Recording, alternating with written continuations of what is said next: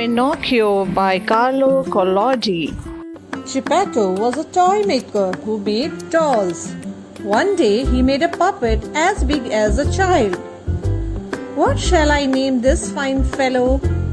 I know, I will call him Pinocchio. The wooden puppet talked and moved. He acted as though he was a human. As soon as Pinocchio's legs were made, he jumped up and ran out of the house. Come back, Pinocchio, Geppetto called, but Pinocchio kept on running. While Geppetto was looking for Pinocchio, the wooden puppet went home. Out of the blue came a little voice. Good things never happen to a child who doesn't listen to his father. Pinocchio turned and saw a little cricket. I don't want to be lectured by an insect, he said, and he threw a wooden mallet. The poor cricket was killed. Pinocchio was feeling hungry.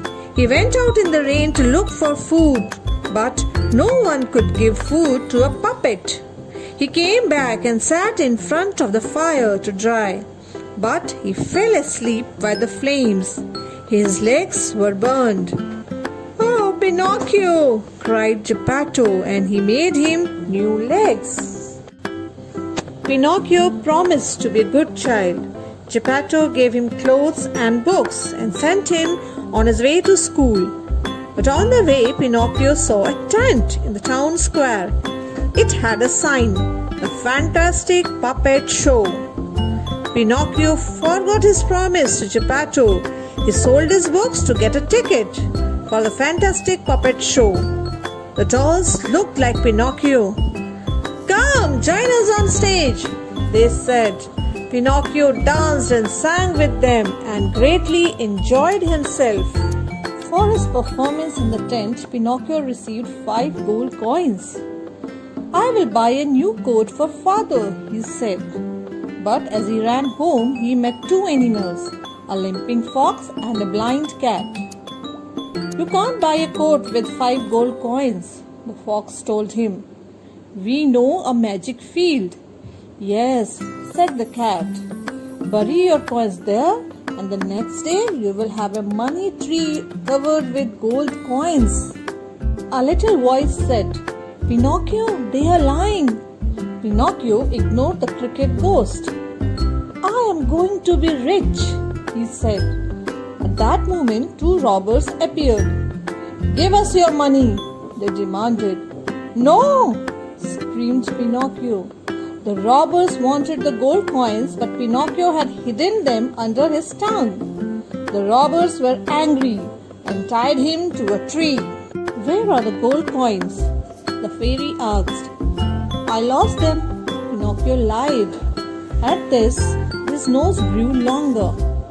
Where did you lose them? Said the fairy.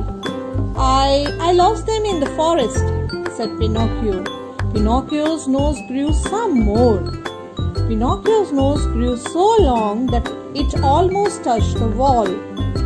I am sorry, he cried. I will never lie again. Slowly his nose returned to its normal size. A blue-haired fairy had been watching Pinocchio. She came towards him and Pinocchio began to cry. He told the fairy everything that had happened. On the way home, Pinocchio bumped into the fox and the cat. We have been looking for you, they said. We must hurry to bury the gold coins. They took him to a field and told him where to bury his 5 coins. The fox and the cat said goodbye and Pinocchio went off to play. When he came back to the field, there was no tree full of money. A parrot sitting on the branch said, The fox and the cat dug up your gold. You should have known they were lying. Pinocchio, who had lost all, began to cry. What the cricket said was right. I need to go home to my father. He hurried home, but Geppetto was not there. Again, the blue fairy appeared. Oh, fairy, where is Dad? Pinocchio cried. He is searching for you, she told him. If you stay here, he will come. I want to be a real boy and make Dad happy, Pinocchio said to the fairy. She said, if you are good and obedient, you will be a real child. I will be good. I will. Yes, I will. Pinocchio returned to school and waited for Geppetto to come home. One day, on the way to school, he met some naughty children. Come with us to Toyland, they said. What is Toyland? Asked Pinocchio. It's a place where you play all day. So Pinocchio followed the children to a coach led by donkeys. For a moment he hesitated and said, I did promise the fairy. Time to go, said the coachman. Pinocchio climbed onto the donkey's back. The donkey said, you will be like me. If playing is all you ever do, you will turn into a donkey. But Pinocchio paid no attention to the donkey's advice. When the children got to Toyland, they did nothing but play all day. They played ball games, they rode on toy wagons. Every single day was fun. But one day, donkeys' ears appeared on the children's heads. They could no longer stand on two legs. They began to bray like donkeys. The coachman took them to the market. Pinocchio, who was now a donkey, was sold to a circus. The ringmaster taught Pinocchio tricks. By being whipped, he learned how to dance, stand on his back feet, and jumped through hoops. But one day, Pinocchio sprained his ankle and began to limp in the circus ring. You are useless, said the ringmaster, and he sold him in the market.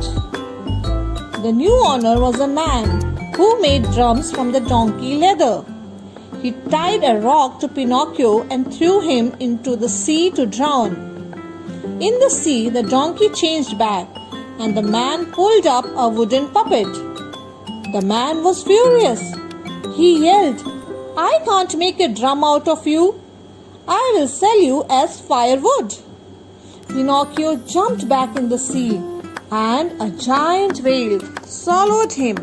It was dark inside the whale, and Pinocchio could not see anything. I want to get out of here, he cried. I want to find my father. A light appeared, and there in the whale was Geppetto.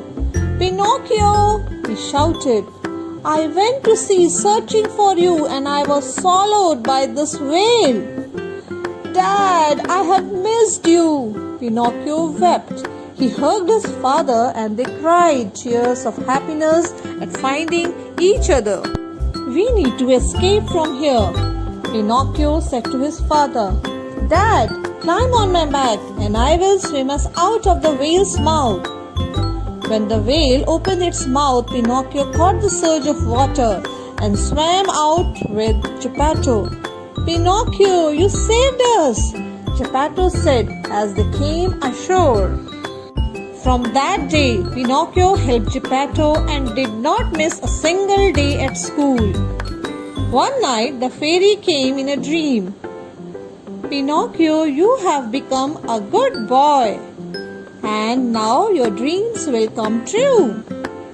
When Pinocchio woke up, he was a real boy. He became Geppetto's true son, and together they lived happily ever after. And here ends the story. Goodbye and keep reading.